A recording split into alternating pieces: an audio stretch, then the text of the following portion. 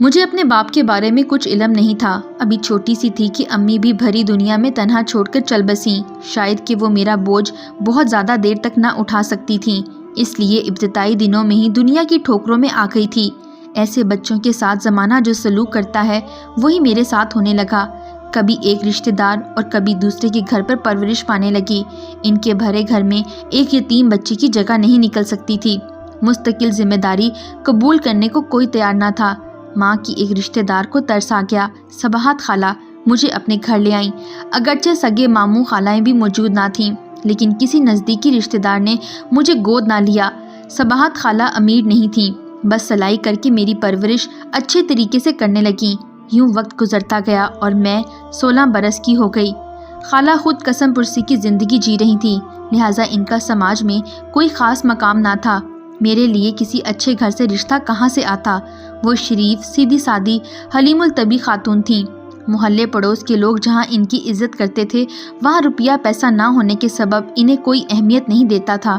تقریبات میں بھی صرف اس وجہ سے انہیں شامل کیا جاتا تھا کہ کچھ کاموں میں ہاتھ بٹا دیں گی۔ مجھ میں دیگر خوبیاں خالہ کی تربیت سے آئی تھیں، لیکن ایک خوبی پروردگار نے اپنی مہربانی سے عطا کی تھی کہ میری شکل و صورت بہت اچھی بنائی تھی۔ ذرا بڑی ہوئی تو میری خوبصورتی کا تذکرہ ہونے لگا۔ شکل اچھی ہو، لڑکی لاوارث ہو تو زمانے کی نظروں میں پھٹکنے لگتی ہے۔ میں بھی اوباش نوجوانوں کی نگاہوں کی زد میں آ گئی۔ وہ چیلوں اور کووں کی مانند میرے گرد منڈلانے لگے۔ صباحت خالہ نے اسی محلے میں عمر گزاری تھی، بیوگی کے بعد بھی شرافت سے محنت مزدوری میں جیون بتا دیا، لہٰذا کسی کی ہمت نہ پڑتی تھی مجھ پر انگلی اٹھانے کی۔ خالہ نے مجھ کو کڑی نگرانی میں پالا تھا۔ ابھی میں 9 برس کی تھی، میرا اکیلا گھر سے نکلنا بند کرا دیا۔ جہاں خود جاتی ساتھ لے جاتی، کچھ لینے نکلتی تو مکان کے بیرونی دروازے کو باہر سے تالا لگا دیتی۔ بچپن میں خود ہی اسکول چھوڑنے اور لینے جاتی تھی۔ مجھے زمانے کی سمجھ نہیں آتی کہ عمر ہی کتنی تھی خالہ کی۔ بہت تکلیفیں سہیں، مگر مجھے زمانے سے بچائے رکھا۔ گھر کی کھڑکیوں سے جھانکنے بھی نہ دیتی تھیں۔ میری کوئی سہیلی نہ تھی، وہ خود ہی میری ماں تھی اور سہیلی بھی۔ ان پڑھ ہونے کے باوجود وہ اتنی باشعور تھی کہ فارغ وقت میں مجھے وقت دیتی تاکہ میری روح کو خوشی اور سکون کے لمحے میسر ہوں۔ ہر عمر کے کچھ تقاضے ہوتے ہیں۔ بے شک 8ویں کے بعد گھر بیٹھ گئی تھی، لیکن اب دنیا دیکھنا چاہتی تھی۔ گھر کی کوئی کھڑکی کھلی ہوتی تو چھت سے جھانک کر محلے کا نظارہ کرنے کی خواہش دل میں انگڑائی لینے لگتی۔ ایک روز خالہ سو رہی تھیں، چھت پر چڑھ کر میں گلی کا نظارہ کر رہی تھی کہ ایک اوباش لڑکے کی نگاہ مجھ پر پڑ گئی۔ بس پھر کیا تھا، اس نے تو گلی میں جیسے ڈیرا جما لیا۔ جب خالہ کسی کام سے نکلتی وہ ہمارے گھر کے نزدیک موجود ہوتا۔ اس لڑکے کا نام کبیر تھا، وہ چھٹا ہوا بدماش تھا۔ خالہ کی چھٹی حس نے خطرے کا الارم دے دیا اور وہ پریشان رہنے لگی۔ اب ان کو احساس ہو گیا کہ یتیم بچی کو پالنا اتنا مشکل کام نہیں ہے جتنا اس کو اپنے گھر کا کرنا۔ یہ کام بیوہ خالہ کے لیے دشوار تھا۔ محلے کے مختلف گھروں میں جا کر انہوں نے اپنا مسئلہ بیان کیا کہ ان کی بیٹی کے لیے رشتہ ڈھونڈا جائے کہ وہ چین کی نیند سو سکیں۔ آخر ایک پڑوسن نے مسئلہ حل کیا۔ اس نے خالہ کو تسلی دی کہ ان کی بھانجی لاہور میں رہتی ہیں اور وہ رشتے کرانے والی ایک عورت کو جانتی ہیں۔ فون پر کچھ دن بھانجی سے رابطہ کرنے کے بعد پڑوسن نے خوشخبری دی کہ ایک اچھے گھرانے کا رشتہ مل گیا ہے، وہ جلد ہی لڑکی کو دیکھنے آ رہے ہیں۔ ہفتے بعد پڑوسن نے خوشخبری دی کہ کل وہ لوگ لاہور سے میرے ہاں پہنچیں گے۔ خالہ صباحت نے کہا، بہن تم ہی ان لوگوں کو اپنے گھر میں ٹھہرانا اور مہمانداری کا انتظام بھی کرنا۔ رشتے کا معاملہ ہے، میرے گھر میں تو بٹھانے کی مناسب جگہ بھی نہیں ہے اور نہ اچھے برتن ہیں۔ پڑوسن نے کہا کہ تم فکر نہ کرو، صباحت تمہاری بیٹی نہیں میری بھی بیٹی ہے، میں ہی ان لوگوں کو ٹھہراؤں گی اور میں ہی ان کی خاطر تواضع کروں گی۔ تمہارے گھر وہ بس بچی کو ایک نظر دیکھنے آئیں گے۔ خبر ملی کہ لاہور والے مہمان آ پہنچے ہیں۔ خالہ نے مجھے پہنانے کو جو سب سے عمدہ جوڑا جو ان کی نظر میں تھا وہ نکال دیا اور گھر کی خوب صفائی ستھرائی کی۔ بس وہ یہی اہتمام کر سکتی تھی۔ لڑکا پڑوس میں بیٹھا تھا اور اس کی ماں ہمارے گھر مجھے دیکھنے آئیں۔ اس نے پہلی نظر میں مجھے پسند کر لیا۔ لاکھوں میں ایک تھی اور یتیمی کے سوا مجھ میں کوئی عیب نہ تھا۔ محلے والے ڈر رہے تھے کہ انجان لوگوں میں رشتہ ہو گیا۔ خالہ کا دل بھی ڈرتا تھا، مگر پڑوسن نے کہا یہ اچھے اور شریف لوگ ہیں، گھبراؤ نہیں۔ والدین تو صرف برد دیکھتے ہیں، قسمت نہیں بنا سکتے۔ دعا کرو تمہاری بیٹی کے نصیب اچھے ہوں۔ وہ شادی کی تاریخ رکھ کر چلے گئے۔ رخصتی کے لیے 3 ماہ کی مہلت مانگی تھی۔ اس دوران پڑوسن کی مدد سے میرے جہیز کے چند جوڑے اور کچھ برتن وغیرہ خرید لیے گئے۔ حالانکہ ان لوگوں نے کہا تھا ہم کو جہیز سے قطعی ضرورت نہیں، اللہ کا دیا سب کچھ ہے۔ شادی والے روز محلے میں چند خواتین آئیں، مگر سبھی اس شادی پر مشکوک تھیں کہ انجانے لوگوں میں دور شہر سے رشتہ آیا تھا۔ کافی اندیشے تھے۔ خالہ سے کسی نے کچھ نہ کہا کہ وہ صباحت بی بی کی ہمت کے معترف تھے۔ انہوں نے عذاب سہ کر مجھے پالا پوسا تھا۔ کوئی رشتہ دار اعتراض نہیں کر سکتا تھا، جبکہ ضرورت کے دنوں میں وہ لاتعلق رہے تھے۔ شادی کے گھر میں خاموشی کا عالم تھا۔ جو عورتیں آئی تھیں وہ بھی خاموش تھیں۔ جب دولہا گھر میں آیا تو دیکھنے والوں پر بجلی گر گئی۔ یہ شخص کسی طور سے میرے جوڑ کا نہ تھا۔ عمر بھی 40 برس سے اوپر تھی۔ پختہ سن تھا، جبکہ میں ابھی بچی تھی۔ تاہم تمام لڑکیوں سے زیادہ سمجھدار تھی۔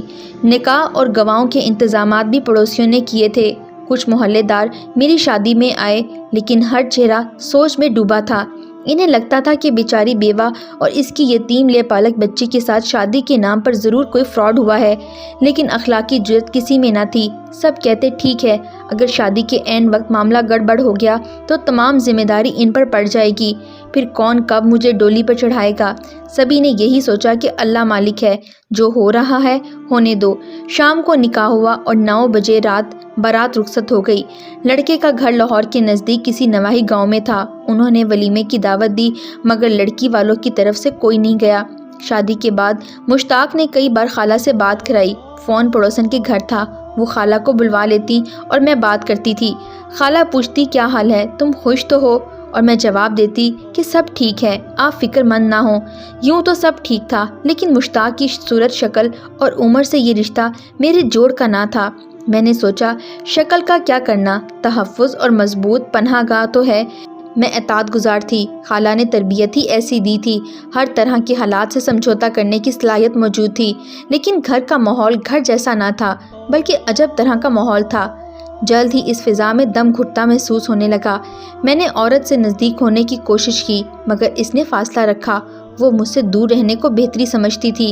یہ وہی عورت تھی جو پہلے مشتاق کی ماں بن کر آئی، پھر مشتاق نے بتایا کہ اس نے مجھے پالا ہے، لہٰذا احترام میں ماں کہتا ہوں، اور یہ ماں نہیں بلکہ میری ملازمہ ہے۔ اس کا نام صفیہ بی بی تھا۔ وہ ایک دن کھانا پکا رہی تھی کہ دوپٹے میں آگ لگ گئی۔ میرے سوا کوئی نہیں تھا۔ میں نے دوڑ کر جلتی آگ کو ہاتھوں سے مسل کر آگ بجھائی، جس سے میرا ہاتھ جل گیا، مگر اماں صفیہ جل مرنے سے بچ گئی۔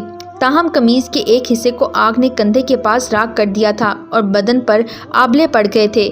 اماں صفیہ کی میں نے اچھی طرح سے دیکھ بھال کی اور ان کے زخم جلد بھر گئے۔ میرے احسار پر وہ بہت مشکور ہوئیں۔ اب میں ان کو ملازمہ نہیں اماں صفیہ کہہ کر بلایا کرتی تھی، اور وہ بھی مجھے ماں کی طرح چاہتی تھیں۔ شادی کے 2 ماہ بعد مشتاق کے پاس کچھ لوگ کراچی سے مہمان بن کر آئے تو ان کو دیکھ کر نہ صرف یہ بہت پریشان ہو گئیں، میں سمجھی کہ ماں کے زخم ابھی تکلیف کرتے ہیں، وہ کھانا پکانے سے پریشان ہو رہی ہیں۔ تب میں کچن میں خود مہمانوں کا کھانا تیار کرنے میں ان کی بھرپور مدد کرنے لگی۔ یہ بات صحیح ہے کہ مشتاق میرا بہت خیال رکھتا تھا۔ وہ نہیں چاہتا تھا کہ میں گھر کے کسی بھی کام کو ہاتھ لگاؤں۔ اچھا کھانا اور آرام مجھے میسر تھا، تبھی میں پہلے سے زیادہ خوبصورت ہو گئی تھی۔ رنگ روپ تھا کہ نکھرتا جا رہا تھا۔ ایک روز مشتاق نے کہا کہ تم اپنی خالہ کے لیے اداس ہو گئی ہوگی، چلو تم کو ملوا لاتا ہوں۔ میں ملتان جانے کو تیار ہو گئی۔ میرا جی بھی اداس تھا، کیوں نہ ہوتا، خالہ صباحت نے مجھ کو ماں بن کر پالا تھا۔ جب میں جانے کو تیار ہونے لگی تو اماں صفیہ بہت زیادہ پریشان ہو گئی، جیسے کہ مجھے کسی مصیبت کے منہ میں جاتا دیکھ رہی ہوں۔ بولی، یہ شخص جو تمہارا نام نہاد شوہر بنا ہوا ہے، یہ عورتوں کا دلال ہے، غریب اور بے سہارا لڑکیوں کو ایسے ہی پھانستا ہے اور پھر ان کا سودا کر کے ان کو بیچ دیتا ہے۔ میں چپ چاپ اس کے ساتھ چلی گئی۔ وہ مجھے ویٹنگ روم میں بٹھا کر خود ٹکٹ لینے چلا گیا، کیونکہ ریل گاڑی کے آنے میں کچھ وقت تھا۔ میں پریشان بیٹھی کہ ایک عمر رسیدہ مسافر خاتون جو کسی اچھے گھرانے کی لگتی تھی مجھ سے پوچھنے لگی، کیوں پریشان ہو، کہاں جا رہی ہو؟ اس وقت ویٹنگ روم میں اس کے اور میرے سوا کوئی نہ تھا۔ میں نے ہمت کر کے اپنے حوالے سے آگاہ کر کے مدد کی درخواست کی۔ اس کے بیگ میں ایک برقع تھا۔ اس نے کہا کہ میری بیٹی نے فرمائش کی تھی، اس نے خریدا ہے، تم پہن لو اور ابھی میرے ساتھ اسٹیشن سے باہر نکلو، ورنہ تمہارا بچاؤ اس کے سوا کوئی دوسرا حل نہیں ہے۔ اس نے میری خاطر اپنے سفر ملتوی کر دیا۔ میں نے عورت کی ہدایت کے مطابق عمل کیا اور ہم دونوں اسٹیشن سے باہر آ گئیں۔ عورت نے ٹیکسی لی اور مجھے اپنے ٹھکانے پر لے آئیں۔ یہاں آ کر معلوم ہوا کہ وہ عورت بھی صحیح نہیں ہے۔ اس کی 2 بیٹیاں ہیں جو اسٹیج ڈراموں میں کام کرتی ہیں، گویا آسمان سے گرا کھجور میں اٹکا۔ لیکن میرا خیال غلط ثابت ہوا۔ اس کا تعلق اسٹیج ڈراموں سے ضرور تھا، مگر وہ عورت بری نہیں تھی۔ اس نے میری خالہ کا نمبر مانگا۔ میں نے پڑوسن کا نمبر دے دیا۔ انہوں نے فون کیا اور بتایا کہ خالہ کو اچانک دل کا دورہ پڑا تھا اور کل رات ان کا انتقال ہو گیا ہے۔ تمہارے شوہر کو فون کرتے رہے مگر ان کا فون بند ملا۔ پڑوسن کی بات سن کر میں رونے لگی، خوب جی بھر کر رو لی۔ تو ستارہ خانم نے کہا، بیٹی اب تمہاری کیا مرضی ہے، کہاں جانا چاہتی ہو؟ جہاں کہتی ہو میں تم کو پہنچا آتی ہوں۔ میں نے جواب دیا، نہیں میں کیا بتاؤں، اس دنیا میں اب آپ کے سوا میرا کوئی نہیں۔ اچھا تو پھر میرے پاس رہ جاؤ، میری 2 بیٹیاں ہیں، تیسری تم ہوگی۔ ستارہ خانم کا اخلاق اتنا اچھا تھا کہ میں ان کی بیٹی بن کر ان کے گھر میں رہنے لگی۔ پہلے تو کہیں آتی نہ تھی، یہ بیٹیوں کے ساتھ اسٹیج ڈراموں پہ پرفارم کرنے چلی جاتی تھیں، جبکہ میں ان کا کھانا پکاتی اور گھر کا کام کر دیتی تھی۔ رفتہ رفتہ ان کے مشاغل میں دلچسپی لینے لگی اور ساتھ جانے لگی۔ ایک روز ایک فلم پروڈیوسر کی نظر مجھ پر پڑ گئی تو انہوں نے خانم سے اصرار کیا کہ لڑکی کو فلم میں کام کرنے دو، یہ بہت مشہور فلم سٹار بنے گی۔ یہ اگر خود چاہے گی تو روکوں گی نہیں، اگر نہیں چاہے گی تو اس کام کے لیے زبردستی نہیں کروں گی۔ یہ ایک شریف گھرانے کی بچی ہے اور میری پناہ میں ہے، میں اس کے لیے کسی اچھے گھرانے کا رشتہ تلاش کر رہی ہوں تاکہ اپنے گھر کی ہو جائے اور عزت کی زندگی گزارے۔ فلم پروڈیوسر گویا مایوس ہوا مگر اس کے دل کو خانم کی بات لگی۔ اس نے کوشش کر کے میرا رشتہ تلاش کیا تو خالہ کو بتایا اور میری شادی ایک متوسط شریف گھرانے میں ہو گئی۔ یہ بہت اچھے لوگ تھے، انہوں نے میری قدر کی۔ شوہر کا ایک چھوٹا سا جنرل سٹور تھا اور گزارا ٹھیک ہو رہا تھا۔ ساس اور نند کے علاوہ 2 چھوٹے دیور تھے جو پڑھ رہے تھے۔ شام کو میرے شوہر کے ساتھ جنرل سٹور پر ان کا ہاتھ بٹاتے تھے اور وہ محنتی تھے، جلد ہی کاروبار میں ترقی کی۔ کچھ زمین دیہات میں تھی، گاؤں کے لوگوں نے وراثت کے کاغذات نکلوائے تو میرے شوہر کے بہن بھائیوں کے نام پر زمین نکلی جو ان کو مل گئی۔ اس کو بیچ کر انہوں نے روپیہ کاروبار میں ڈالا اور دکان بڑی کر لی۔ اب دولت بھی گھر میں آنے لگی۔ میں اپنے شوہر کے ساتھ خوش و خرم آباد ہو گئی۔ اللہ نے گویا میری سن لی تھی۔ سال بڑے سکون سے بسر کیا، لیکن خدا کو کچھ اور ہی منظور تھا۔ ایک روز میرا شوہر دکان کا مال لینے کراچی گیا، شاید قدرت کو یہی منظور تھا اور اس کا ایکسیڈنٹ ہو گیا۔ دولت اب میرے گھر کی باندھی تھی اور شہرت میرے قدم چوم رہی تھی۔ میری دولت کی کل مختار میری سرپرست خانم بن گئی۔ انہوں نے میرے لیے گاڑی لی اور ایک عالیشان گھر خریدا، میری قدر دل سے کی، میری مدد کی تو میں نے بھی دل سے ان کے ساتھ پیار کیا، ان کو ماں کا درجہ دیا کیونکہ ان کا اپنا من خوبصورت تھا۔ جب تک وہ زندہ رہیں میرا خیال ایک ماں کی طرح کرتی رہیں۔ ان کے انتقال کے بعد مجھ کو محسوس ہوا کہ میں پھر سے اس دنیا میں اکیلی ہو گئی ہوں۔ اب میں سمجھدار اور تجربہ کار تھی اور دنیا کو جان پہچان گئی تھی، اچھے برے کی تمیز ہو چکی تھی۔ میری زندگی میں ایک شخص آیا جو مجھ سے بے غرض پیار کرتا تھا۔ میں نے بطور جیون ساتھی اس کو منتخب کر لیا اور فلم لائن کو خیر آباد کہہ کر اپنا گھر بسا لیا۔ کچھ عرصے بعد ہم بیرون ملک شفٹ ہو گئے جہاں ان کی آمدنی اچھی ہے اور ہم پرسکون اور خوش و خرم زندگی اپنے بچوں کے ساتھ بسر کر رہے ہیں۔ آج اپنی زندگی پر شکر کرتی ہوں اور سوچتی ہوں کہ خدا جب چاہے جہاں چاہے پہنچا دے، انسان کے بس میں کچھ نہیں۔